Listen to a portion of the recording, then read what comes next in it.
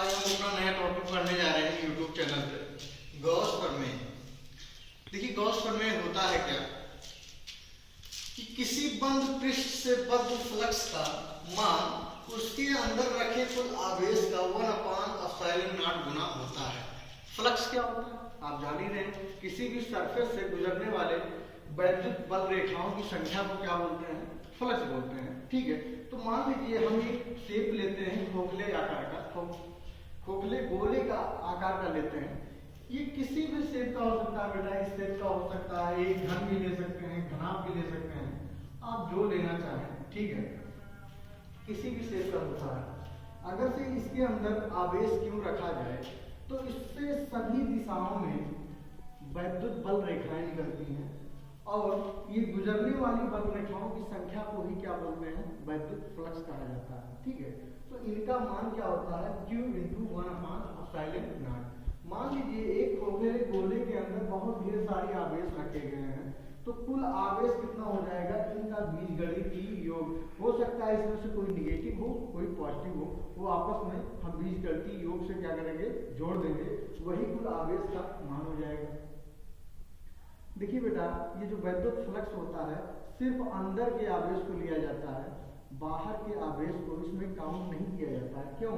अगर मान लीजिए एक कोई खोखला गोला हो, इसके बाहर हम कोई आवेश क्यों रख दें तो इससे निकलने वाले वैद्युत बल रेखाएं इस पृष्ठ से भी गुजरेंगी और यहाँ से भी गुजरेगा। ठीक है, तो यहाँ पे देखिए, मान लीजिए यहाँ से इस पृष्ठ पे आ रहा है तो इसकी दिशा, वैद्युत क्षेत्र की दिशा कितना इस दिशा में हो जाएगा, और यहाँ पे इस पृष्ठ का दिशा क्या हो जाएगा, पृष्ठीय क्षेत्रफल की दिशा क्या होता है, परपेंडिकुलर।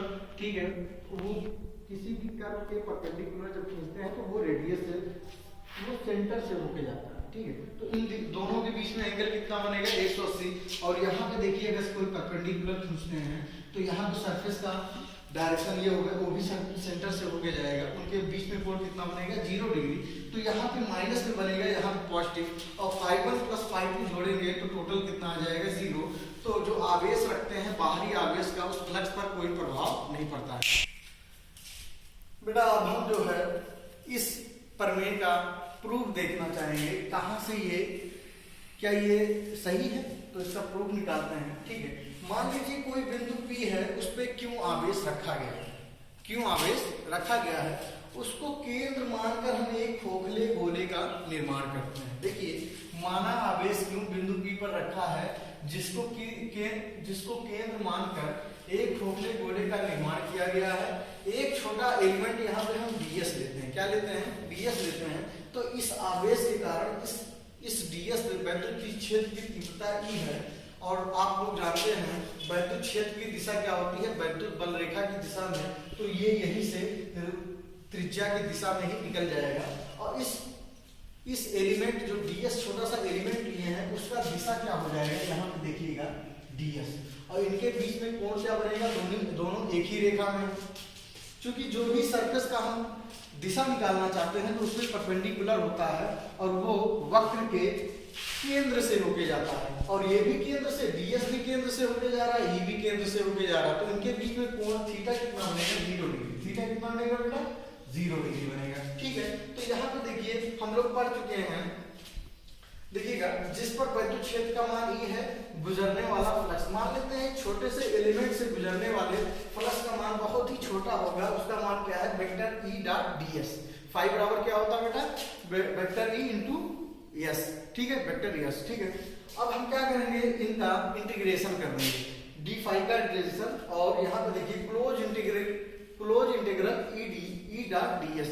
इसका क्लोज क्यों कर रहे हैं, क्योंकि ये बंद वक्र है बेटा। ठीक है, किसके लिए मान नहीं है, बंद, चारों तरफ से कहां से है, बंद है।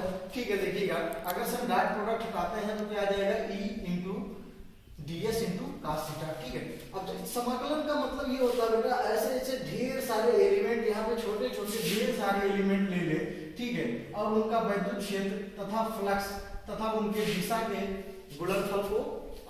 गुणनफल करके सबको अलग अलग इंडिविजुअल करके क्या कर ले, जोड़ ले। ठीक है, यही क्या होता है, समाकलन होता है। तो देखिए यहाँ पे आ जाएगा क्लोज, d फाई का इंटीग्रेशन करोगे तो पूरा फ्लक्स का मान लीजिए कितना है, फाई है।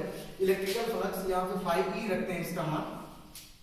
तो देखिए क्या हो जाएगा E D S cos 0। Theta का मान कितना है बेटा cos 0, और cos 0 का मान आप लोग जानते हैं कितना होता है 1 होता है। कितना होता है 1 होता है।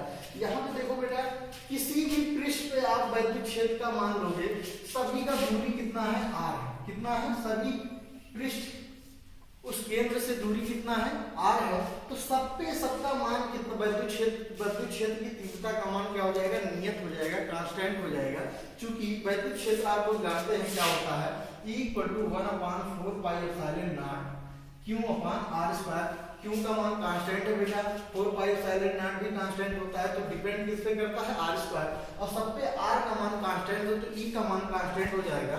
आप लोग जानते हो बेटा समाकलन में जो मान कांस्टेंट होता है उसको फंक्शन से समाकलन के फंक्शन से बाहर ले लेते हैं, ठीक है। तो यहाँ पे देखिए ये बाहर आ जाएगा E क्लोज इंटीग्रल ds, ठीक है बेटा। E का मान रख दो, यहाँ पे क्या होता है 1/4 pi epsilon not into Q upon r square, किसके नियम से कूलॉम के नियम से, ठीक है बेटा।